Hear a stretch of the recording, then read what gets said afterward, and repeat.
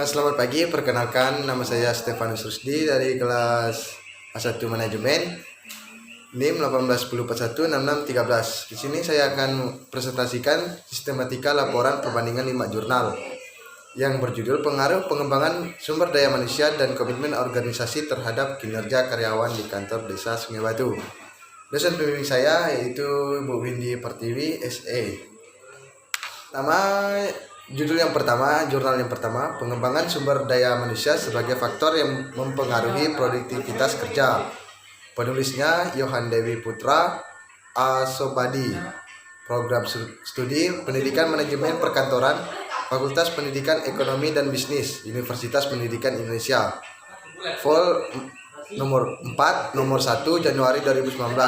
Hal 127 sampai 133. ISSN 2656 sampai 4734. Judul jurnal yang kedua, Pengaruh Pengembangan Karir Komitmen Organisasional dan Perviset Organisasional Support Terhadap Retensi Karyawan. Penulis Nikomang Astri, Primita Darmika, Anak Agung Ayu Triati, Fakultas Ekonomi dan Bisnis Universitas Udayana, Bali, Indonesia. Jurnal Manajemen, Vol 8 nomor 7 2019.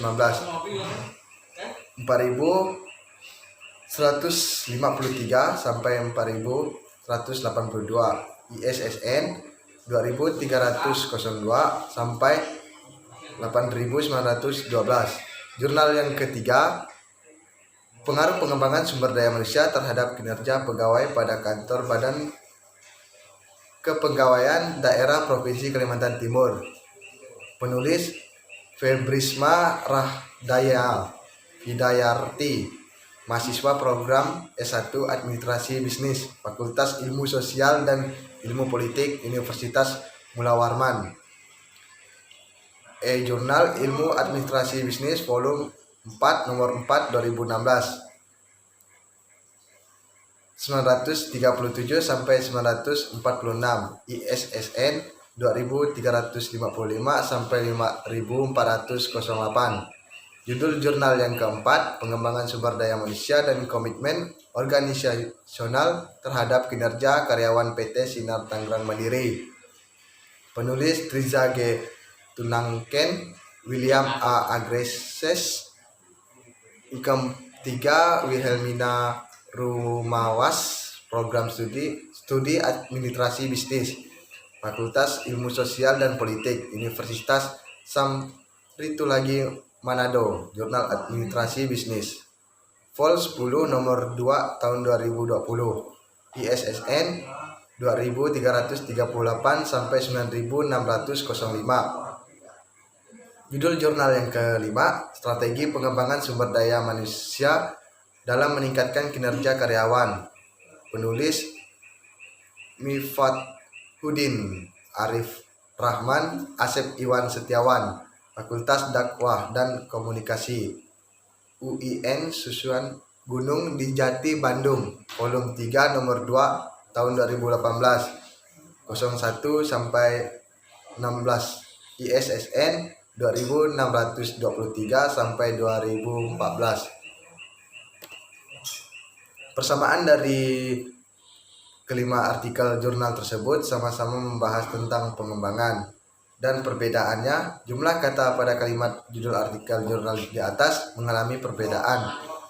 Judul artikel jurnal yang pertama mempunyai 10 kata, judul artikel pada jurnal kedua mempunyai 12 kata, judul pada artikel jurnal 3 mempunyai 16 kata, judul pada artikel jurnal 4 mempunyai 14 kata, judul pada artikel jurnal 5 mempunyai 9 kata.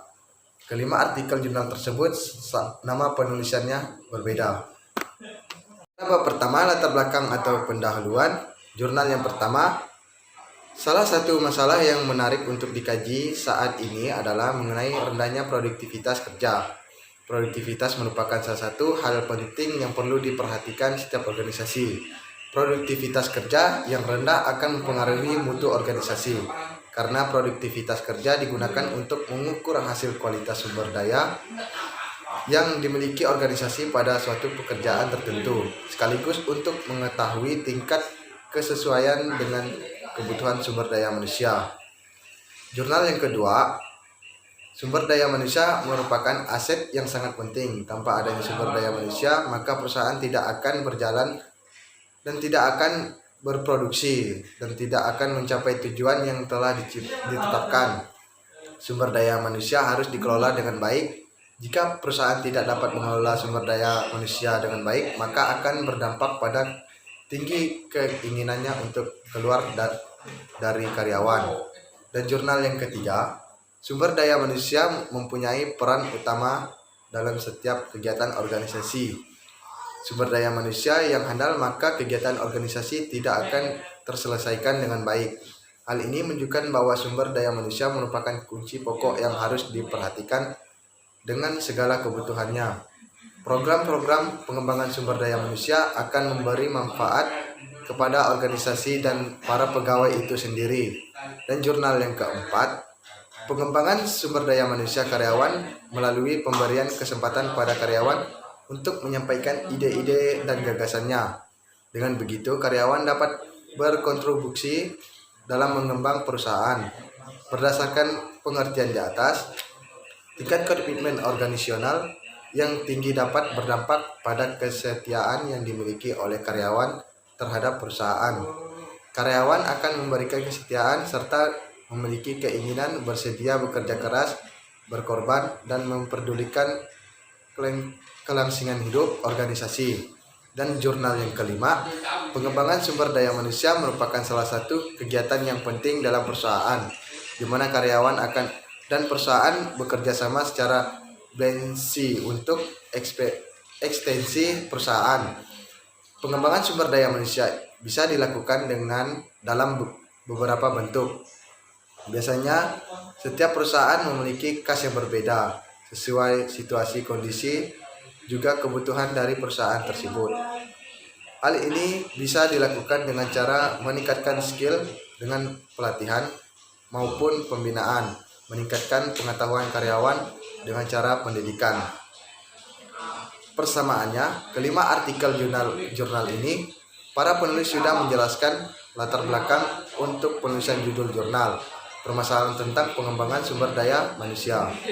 Dan perbedaannya, yang pertama, penulis artikel jurnal 1 memaparkan pengembangan sumber daya manusia sebagai faktor yang mempengaruhi produktivitas kerja.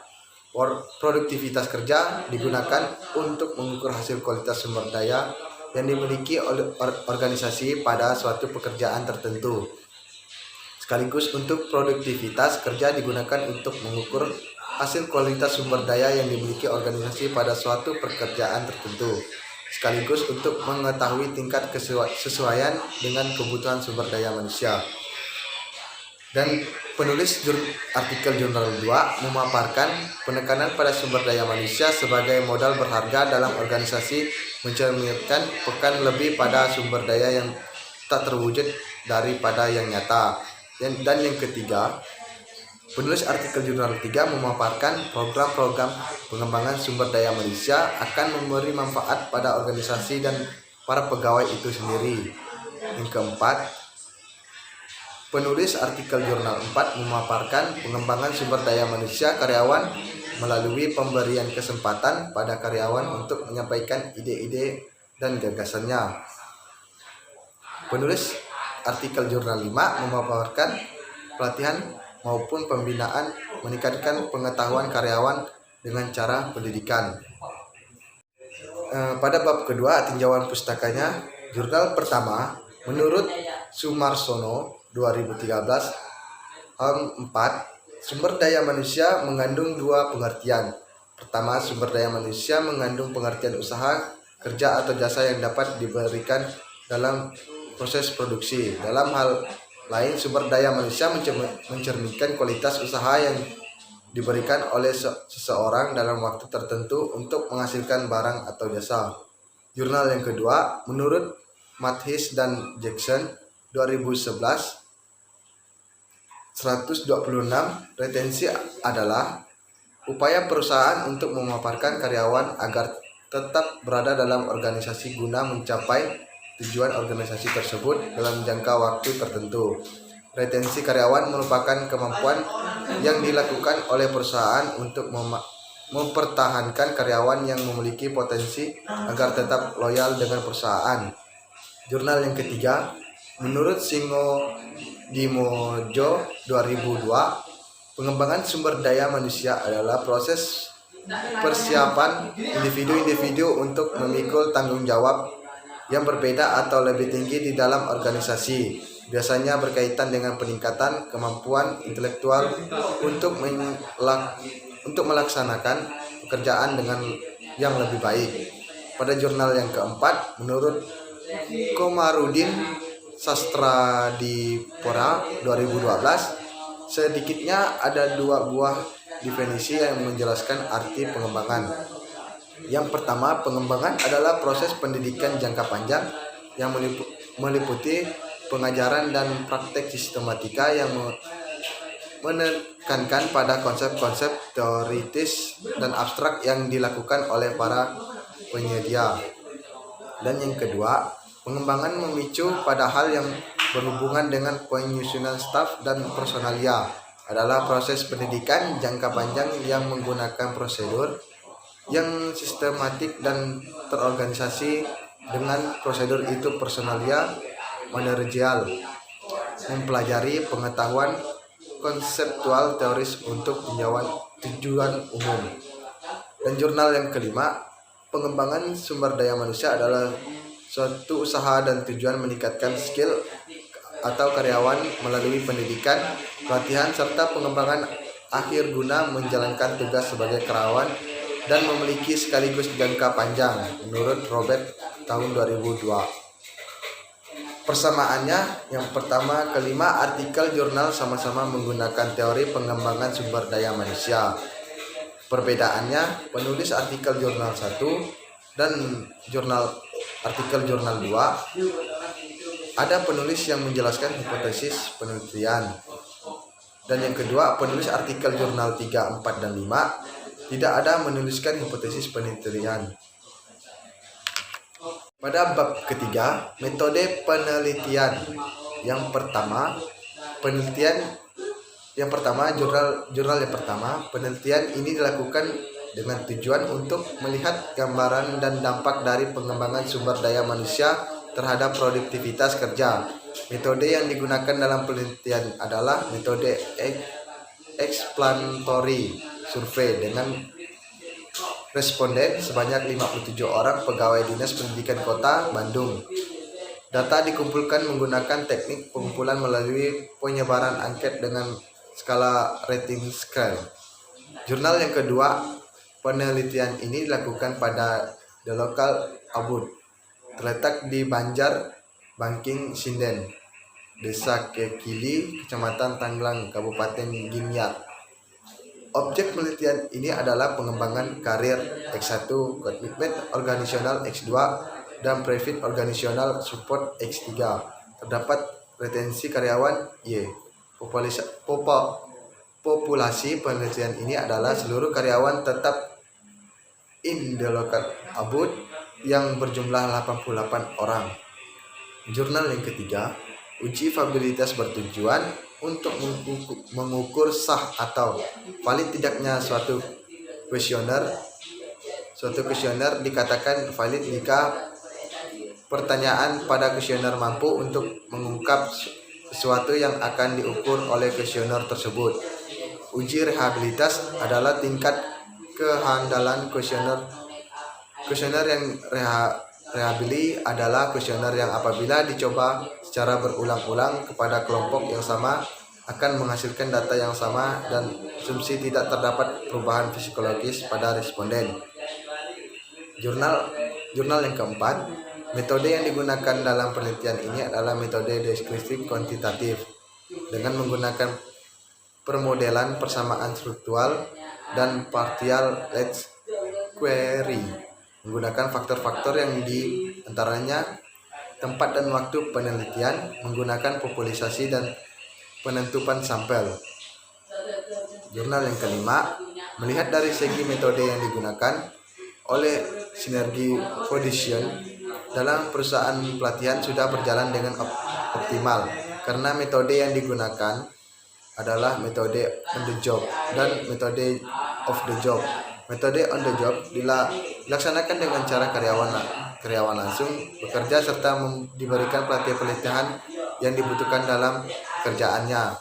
Metode ini sangat efektif dikarenakan tidak membutuhkan waktu yang lama yang dapat menghambat pekerjaan yang ada. Persamaannya, pada artikel jurnal 3 dan 4, penulis menggunakan tabel sehingga datanya jelas. Perbedaannya, penulis artikel jurnal 1, 2, 3, dan 4 memiliki variabel penelitian. Pada artikel jurnal 1, 3, 4, dan 5 tidak menjelaskan desain penelitian. Pada artikel jurnal 2 ada menjelaskan desain penelitian. Pada artikel jurnal 1, metode yang digunakan dalam penelitian adalah metode exploratory survey. Pada artikel jurnal 2, metode yang digunakan dalam penelitian adalah metode analisis regresi linear berganda.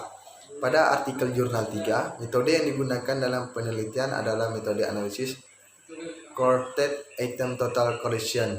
Pada artikel jurnal 4, metode yang digunakan dalam penelitian adalah metode deskriptif kuantitatif. Pada artikel jurnal 5, metode yang digunakan dalam penelitian adalah metode on the job dan metode off the job. Pada bab 4, hasil penelitian. Jurnal yang pertama, berdasarkan yang diperoleh persamaan regresi sederhana Y sama dengan 17.997 tambah 0,441 X. Tanda positif menunjukkan hubungan antara variabel bebas dan variabel terikat berjalan satu arah, yang artinya setiap peningkatan suatu penurunan di situ variabel akan diikuti oleh peningkatan suatu penurunan di situ variabel lainnya, sehingga apabila semakin tinggi pengembangan sumber daya manusia, maka semakin tinggi pula produktivitas kerja pegawai, begitupun sebaliknya.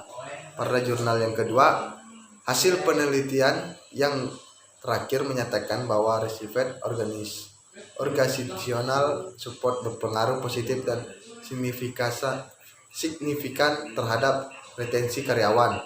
Hal ini menunjukkan bahwa semakin perusahaan menghargai kontribusi serta peduli dengan kesejahteraan karyawan, maka akan semakin besar pengaruhnya terhadap karyawan untuk tetap semangat dalam bekerja dan menjadi motivasi karyawan untuk tetap berada pada perusahaan sehingga retensi karyawan dapat dipertahankan. Jurnal yang ketiga, hasil penelitian tersebut sesuai dengan teori yang dikemukakan oleh Dharma 2011. Sasaran pengembangan yaitu sasaran individu yang berkenan dengan apa yang harus dilakukan dan dipelajari seseorang untuk meningkatkan kinerja dengan meningkatkan pengetahuan dan keahlian. Jurnal yang keempat, penelitian ini mendapatkan hasil data dari nilai AV yang diperoleh dari variabel pengembangan sumber daya manusia X yang pertama sebesar 0,835, variabel koefisien organisasional X2 sebesar 0,658 dan variabel kinerja karyawan atau Y sebesar 0,585. Tingginya dimiliki ketiganya memiliki nilai lebih besar dari 0,50, berarti telah memenuhi kriteria validitas. Jurnal yang kelima, dilihat dari segi yang didapatkan lembaga dan individu karyawan setelah mengadakan program pelatihan dirasa cukup bermanfaat. Tujuan akhir proses pengembangan adalah meningkatkan efektivitas dan efisiensi pegawai itu sendiri, sehingga program pengembangan sumber daya manusia yang dilaksanakan akan berjalan lebih optimal. Persamaannya, kelima artikel jurnal tersebut sama-sama memiliki hasil penelitiannya. Kedua, kelima artikel jurnal tersebut memiliki hasil yang sangat maksimal. Perbedaannya, dari kelima artikel tersebut hasilnya berbeda. Dalam artikel jurnal yang pertama, Berdasarkan perhitungan penguji hipotesis diperoleh hitungan sebesar 24,236, sedangkan fakbel F-tabel yang dengan tingkat kesalahan 0, delta 0,5 dan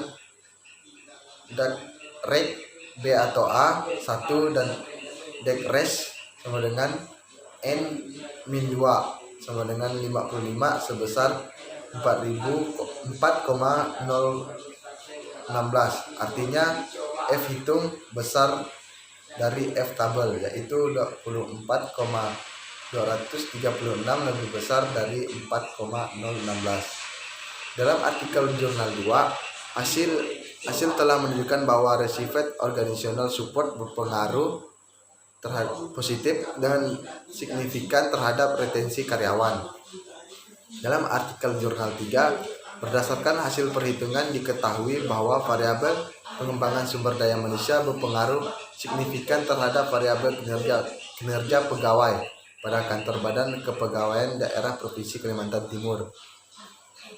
Dalam artikel jurnal 4, hasil pengujian konvergen dapat dilihat dari faktor loading dan AV. Satu konstruk dapat dikatakan valid secara konvergen. Dalam artikel jurnal 5, hasil dari program penelitian Synergy Foundation mengadakan evaluasi berupa tes kemampuan karyawan.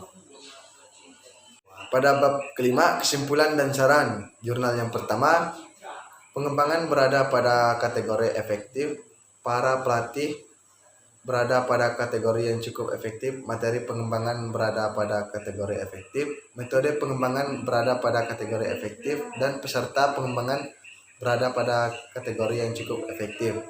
Dengan demikian, rekomendasi yang dapat diambil dalam upaya meningkatkan produktivitas kerja adalah perlunya adanya peningkatan pengetahuan, keterampilan, dan motivasi pegawai dalam mengikuti program pengembangan maupun dalam bekerja, sehingga produktivitas kerja akan diperoleh secara optimal. Jurnal yang kedua, pengembangan karir berpengaruh positif dan signifikan terhadap retensi karyawan. Hal ini menunjukkan semakin meningkatnya pengembangan karir di dalam perusahaan, maka retensi karyawan semakin meningkat pula. Komitmen organisasional berpengaruh positif dan signifikan terhadap retensi karyawan. Hal ini berarti semakin kuatnya komitmen organisasional yang dimiliki karyawan dalam organisasinya, maka semakin tinggi tingkat retensi karyawan. Jurnal yang ketiga, hasil analisis pengujian dari uji koefisien korelasi yang menunjukkan bahwa variabel pengembangan sumber daya manusia memiliki pengaruh dengan kategori sedang terhadap kinerja pegawai.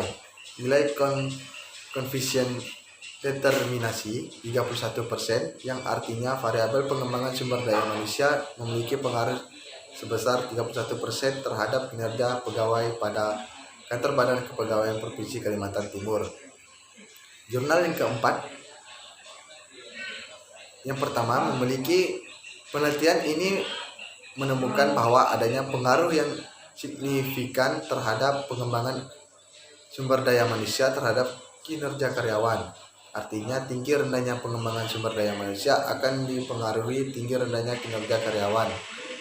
Yang kedua, penelitian ini menemukan bahwa adanya highly signifikan atau adanya pengaruh positif signifikan tinggi antara pengembangan sumber daya manusia terhadap komitmen organisasional. Artinya, tinggi rendahnya pengembangan sumber daya manusia akan mempengaruhi tinggi rendahnya komitmen organisasional. Jurnal yang kelima, dari sekian banyak pembahasan yang telah dipaparkan dapat ditarik kesimpulannya sebagai berikut. Yang pertama, program pelatihan didasarkan kepada hasil evaluasi tahunan yang dilakukan Synergy Foundation.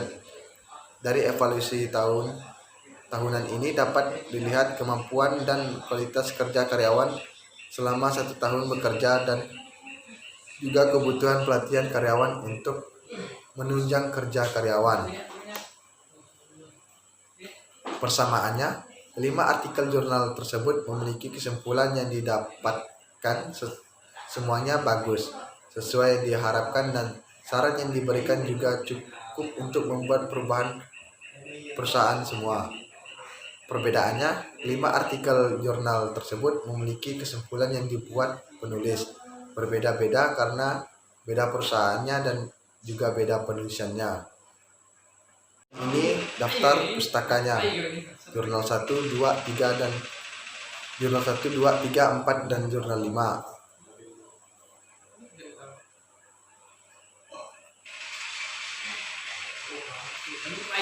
Persamaannya, dalam kelima artikel jurnal tersebut banyak menggunakan orang yang sangat terpandang dan membuat jurnal tersebut. Perbedaannya, dalam kelima artikel jurnal tersebut memiliki nama orang yang ada di dalam daftar pustaka berbeda-beda dan keahliannya berbeda beserta tahunnya berbeda. Untuk penutup, kesimpulannya dapat diambil berdasarkan hasil penelitian yang telah dilakukan untuk mengetahui 5 artikel jurnal di atas tentang pengaruh pengembangan sumber daya manusia dan komitmen organisasi terhadap kinerja karyawan yang terdapat dalam kepemimpinan terdiri dari pengaruh ideal, motivasi, inspirasi, stimulasi intelektual, dan pertimbangan individu, sehingga perusahaan dapat berjalan dengan baik dan benar.